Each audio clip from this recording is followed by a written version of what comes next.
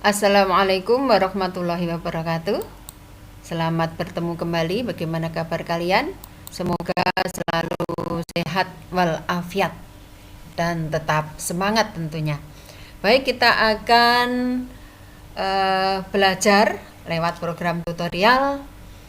Kita buka memori agar ingat kembali untuk raih prestasi.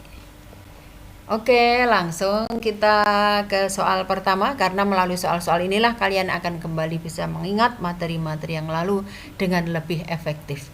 Soal pertama, ada senyawa hidrokarbon dibakar sempurna dengan oksigen berlebih, menghasilkan 44 gram karbon dioksida dan 13,5 gram air. Rumus senyawa hidrokarbon tersebut adalah, dalam soal ini ada senyawa hidrokarbon yang belum diketahui, senyawa hidrokarbon yang belum diketahui. Karena belum diketahui, kita bisa memisalkan hidrokarbon itu punya rumus CaHB. Dibakar artinya direaksikan dengan O2 secara sempurna. Artinya seluruh C yang ada dalam senyawa hidrokarbon diubah menjadi CO2, H menjadi H2O.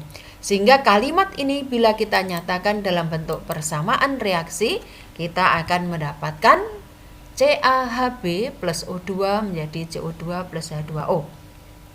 Jadi seluruh C pada hidrokarbon diubah menjadi CO2.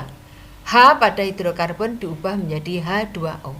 Jikalau dalam soal diketahui bahwa CO2 yang dihasilkan pada proses pembakaran hidrokarbon ini sebanyak 44 gram, maka kita akan bisa menghitung jumlah C yang ada di dalam CO2 ini, yaitu sama dengan jumlah atom C1 dikali AR-nya C12 dibagi MR-nya CO2 44 dikali massa CO2. Ketemu 12 gram. C yang ada di dalam 44 gram CO2 sebanyak 12 gram. C pada CO2 berasal dari hidrokarbon. Berarti C pada hidrokarbon sebanyak 12 gram atau 1 mol karena AR-nya C12 ya. Sehingga 12 gram C akan sama dengan 1 mol. Uap air yang dihasilkan, H2O yang dihasilkan dari pembakaran ini sebanyak 13,5 gram. H yang ada pada H2O menunjukkan H yang ada pada hidrokarbon. Cara menghitung H, jumlah atomnya dikali AR-nya bagi MR dikali massa. Ingat pelajaran kelas 10 ya. Berarti kita menemukan H 2 per 18 kali 13,5, 1,5 gram. AR-nya H1, sehingga 1,5 gram H itu sama dengan 1,5 mol.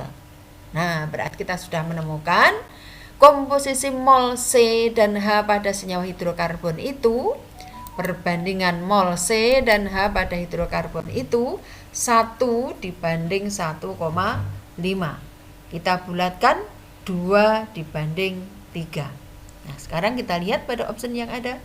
Option yang ada yang memenuhi perbandingan C dibanding H2 dibanding 3 adalah C4 H6. Jadi jawaban soal ini B.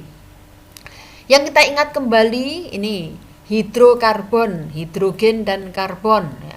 Dibakar direaksikan dengan O2 sempurna, maka C diubah jadi CO2, H diubah menjadi H2O. Cara menghitung massa unsur dalam senyawa. Caranya jumlah atom dikali AR unsur itu dibagi MR senyawa dikali massa senyawa. Nah, dari massa diubah jadi mol. Caranya massa dalam satuan gram dibagi AR unsur itu. Nah, perbandingan mol menunjukkan di sini perbandingan jumlah ya, perbandingan jumlah atom sama dengan perbandingan molnya. Soal pertama. Kita lanjut soal yang kedua.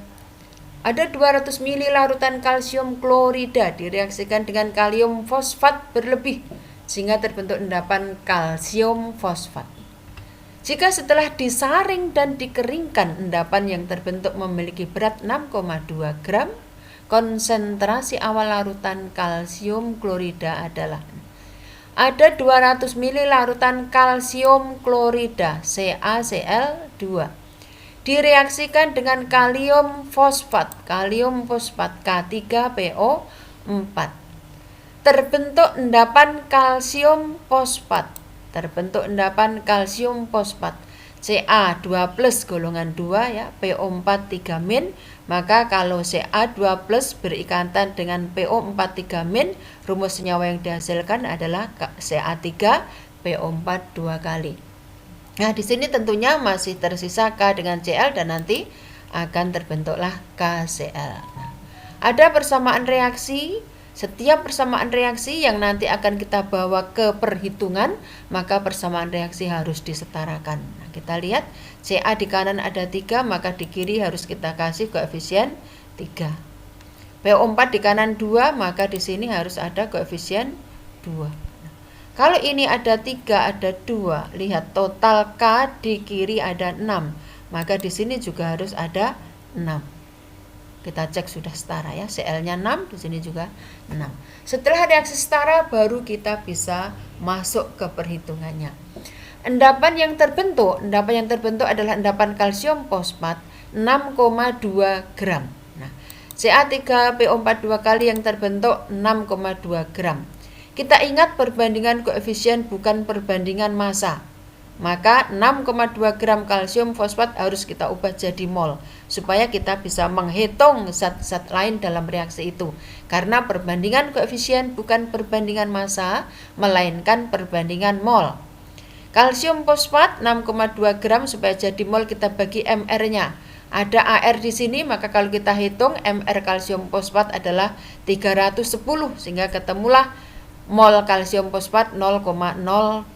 Nah, dari perbandingan koefisien kita menemukan kalsium klorida 3 kali molnya kalsium fosfat sehingga mol kalsium klorida adalah 0,06.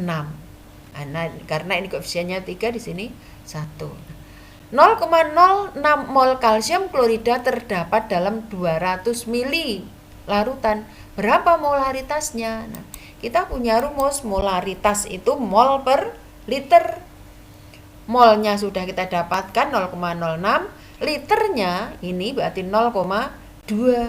Maka molaritas kalsium klorida ketemu 0,3. Nah, jadi dari soal ini yang harus kita ingat, bagaimana kita memahami perbandingan koefisien sebagai perbandingan mol, bukan perbandingan massa. Untuk mendapatkan mol, maka massa dibagi mR-nya. Molaritas itu mol per liter. Ini yang harus yang bisa kita ingat kembali dari soal ini. Molaritas mol per liter. Nah, soal kedua paham ya? Nah, nanti bisa diulang kembali. Kita lanjut saja ke soal yang nomor 3. Ke dalam sebuah bola basket bervolume 5 liter pada 27 derajat Celcius 1,2 atmosfer dimasukkan campuran gas yang terdiri dari 80% helium dan 20% argon. Jika kedua gas dianggap bersifat ideal dan tidak bereaksi, jumlah molekul helium dalam bola basket tersebut adalah. Nah, dari soal ini yang kita temukan pertama-tama bahwa gas dianggap bersifat ideal. Nah, gas dianggap bersifat ideal berarti mengingatkan pada kita rumus gas ideal ya, PV sama dengan nRT. P-nya ada, V-nya ada, T-nya ada, tapi masih Celsius harus dijadikan Kelvin, dan R itu tetapan gas ideal yang berapa besarnya? 0,082 di sini diketahui juga. Nah, dari statement ini, dari pernyataan ini kita nanti akan bisa menemukan mol gas yang ada di dalam bola basket dengan memasukkannya pada rumus PV sama dengan nRT. Nah, sehingga kita akan menemukan mol gasnya sama dengan PV per RT. Ingat satuan P harus dalam atmosfer, volumenya satuannya harus liter. Kemudian kebetulan sudah sesuai semua ya. Per R-nya ini tetapan gas idealnya kali T-nya derajat Kelvin dari 27 derajat Celcius maka menjadi 300 derajat Kelvin. Kita menemukan jumlah mol gas dalam bola basket 0,244. Nah, 0,244 mol gas yang ada di dalam bola basket itu komposisinya adalah ini. Heliumnya 80% dan argonnya 20%. Yang ditanyakan apa tadi? Jumlah molekul helium. Nah, mol total campuran gas 0,244. Heliumnya 80%, argonnya 20%. Ingat perbandingan volume untuk gas juga perbandingan molnya ya kan? Sehingga kita bisa menghitung berarti mol helium 80% kali 0,244 0,1952 mol. Molnya helium sudah kita temukan. Untuk mencari berapa jumlah molekul, kita ingat jumlah partikel sama dengan mol dikali bilangan Avogadro ya. Jumlah molekul sama dengan mol dikali bilangan Avogadro. Molnya helium tadi sudah ketemu, sehingga tinggal saja masukkan karena bilangan Avogadro diketahui ya. Berarti jumlah molekul helium molnya dikali bilangan Avogadro. Ketemu 1,17 kali 10 pangkat 23. Konsep yang harus diingat kembali, ini konsep gas ideal, PV nRT. Ini satuan-satuannya harus diingat, P atmosfer, volume liter, ya. T derajat Kelvin. Prosentase volume, perbandingan volume sama dengan perbandingan mol untuk gas ya. Nih, jumlah molekul mol dikali bilangan Avogadro. Mudah kan? Ingat kembali ya. Masih pelajaran kelas 10. Baik, nanti bisa diulangi lagi. Kita lanjut dulu ke soal berikut. Sebanyak 6,1 gram asam benzoat yang MR-nya 122 ditempatkan dalam kalorimeter dan bereaksi sempurna dengan oksigen. Setelah reaksi berlangsung terjadi peningkatan temperatur kalorimeter sebesar 1,8 derajat Celcius. Jika kapasitas kalorimeter pada volume tertentu adalah 90 Joule per derajat Celcius, kalor pembakaran asam benzoat dalam satuan Joule per mol adalah titik-titik. Iya. Dari soal ini kita mendapatkan ini ada asam benzoat dibakar. Asam benzoat yang dibakar tadi 6,1 gram. MR-nya 122 berarti 6,1 gram asam benzoat ini sama dengan 0,05 mol. Ketika asam benzoat yang dibakar 0,05 mol bisa menghasilkan kalor, ini nih lihat di sini. Suhu kalorimeter naik 1,8. Kapasitas kalorimeter 90 Joule per derajat Celcius. Berarti total kalori yang dihasilkan sama dengan gini, kenaikan suhunya dikalikan dengan kapasitas kalorimeter. Ketemu 162 Joule. Asam benzoat 0,05 mol yang dibakar menghasilkan kalor 162 Joule. Berapa mol kalor yang dihasilkan? Berapa Joule kalor yang dihasilkan? Kalau yang dibakar 1 mol ya tinggal tuh. Nah, kalau 0,05 mol menghasilkan kalor 162 berarti kalau jumlah asam benzoat yang dibakar 1 mol ya berarti kan 1 per 0,05 dikali 162 3240 Joule. Ini kalor yang dihasilkan.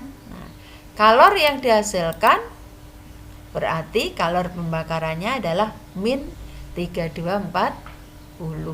Menghasilkan kalor itu kan berarti reaksinya ekso.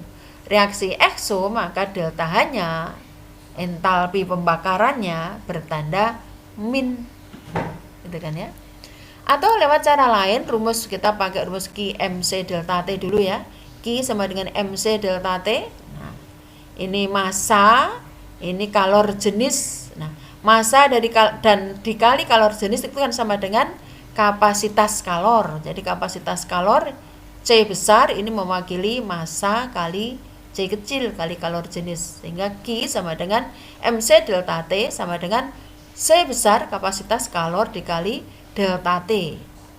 Berarti 90 Joule per derajat Celcius kali 1,8 Joule ketemu 162 Joule. Nah, entalpi delta H Ini min, kenapa di sini muncul min? Karena ada peningkatan temperatur.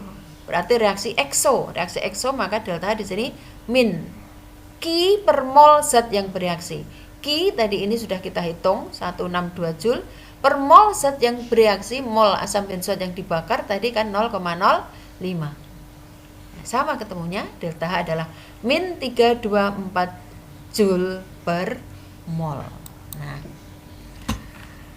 demikian pertemuan kita kali ini. Beberapa hal yang bisa kamu ingat nanti dilihat kembali ya, dipahami kembali. Semoga bermanfaat. Terima kasih kebersamaannya. Assalamualaikum warahmatullahi wabarakatuh.